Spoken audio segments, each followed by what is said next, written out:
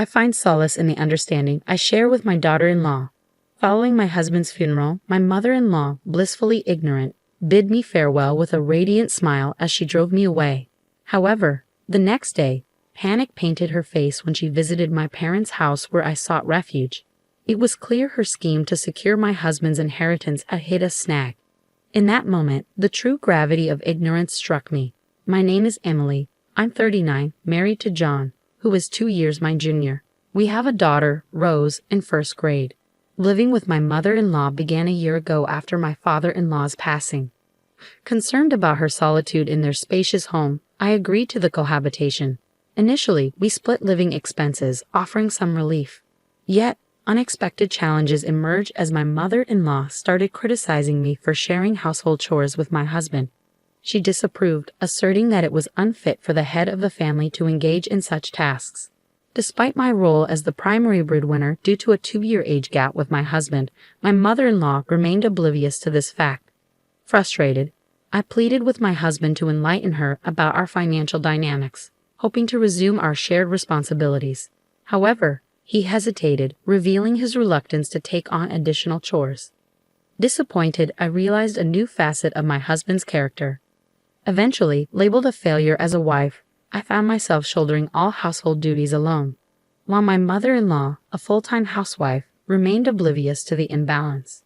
It's almost comical that she isn't fulfilling her role as a housewife, considering she should be sharing the household chores. With my husband now liberated from domestic duties, he started venturing out alone on his days off, donning casual attire despite claiming to be at work. Skepticism gnawed at me, questioning the authenticity of his purported work engagements. Moreover, on weekends, he began frequently checking his smartphone, leaving me curious about what captivated his attention. Despite my interest, he guarded his phone closely, leaving no opportunity for me to investigate. His supposed overtime hours were also inconsistent. He often returned home around the usual time or just an hour later. While suspicions of infidelity lingered, observing his routine on weekdays made me question the validity of such thoughts.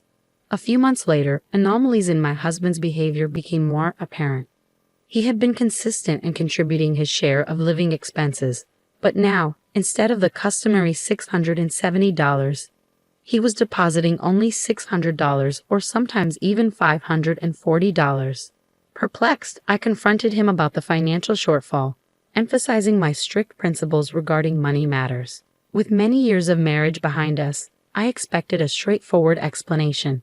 He nonchalantly attributed it to the company's poor performance, claiming a temporary reduction in his salary, making it challenging to meet the usual contribution. Doubtful, I pressed further, questioning whether financial cutbacks were a guise for unfaithfulness.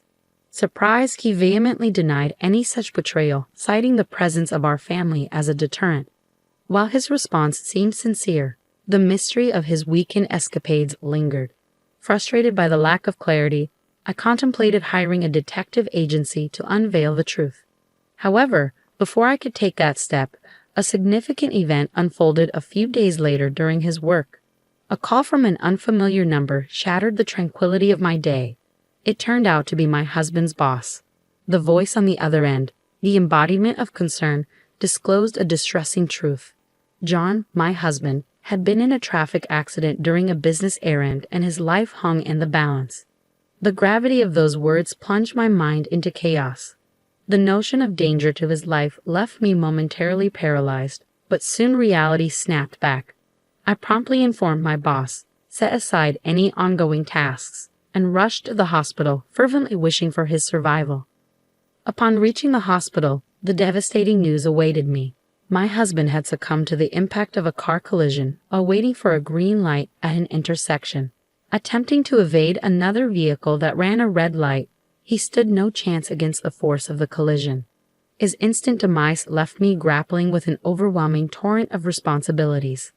Last year, I had experienced the rituals of wake and funeral preparations with the passing of my father-in-law. But then I had my husband by my side.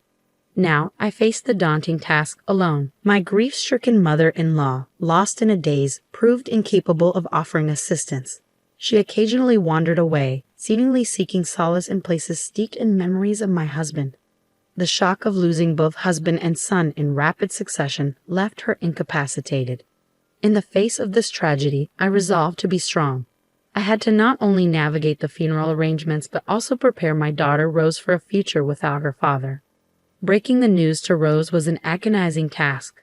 I explained that her father had been involved in a fatal car accident, leaving only the two of us to face the world together. Despite the uncertainty of her understanding, I felt compelled to share this harsh reality with her. As we progressed through the wake, the day of the funeral arrived, ushering in a new wave of emotions. The tension mounted, and I found myself unable to contain the flood of tears. My mother-in-law, seemingly concerned about my emotional state, approached me and uttered something utterly unbelievable. In the midst of my mourning, she callously suggested that since there was no blood relation, I should refrain from claiming John's inheritance and simply depart, leaving Rose behind. She even went so far as to question Rose's worth as my daughter, proposing that I take her when I leave. Her laughter accompanying these heartless words added an extra layer of shock. Struggling to comprehend such cruelty amid my grief, I decided to maintain composure until the funeral concluded and distance myself from my mother-in-law's callous remarks.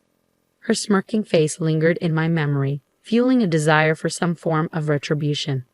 Post-funeral, I meticulously prepared to depart, packing only the essentials for Rose and me. I approached my mother-in-law and declared my renouncement of any claim to John's inheritance, offering it to her without hesitation.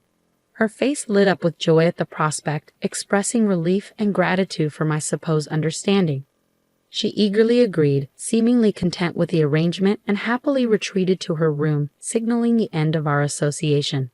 As we left the house, I couldn't fathom the newfound happiness she exuded. Despite our initial decision to live together due to her loneliness, she now appeared content with our departure. The reasons for her joy remained elusive to me. Upon reaching my parents' house, I recounted the entire ordeal to my father, who was understandably outraged. He condemned my mother-in-law's actions, deeming her concern for inheritance immediately after John's death despicable. Concerned about our financial stability without the inheritance, my father pondered our future. However, I assured him that we would manage without it, having handled expenses on my salary alone for the past month or two. Expressing his concern for Rose's future and the importance of saving, my father generously offered us a place to live. Grateful, I accepted his kindness. Regarding my husband's inheritance, I revealed a document to my father that had recently arrived from my in-law's house. A report titled John's Conduct Investigation. It contained shocking revelations about my husband's true nature.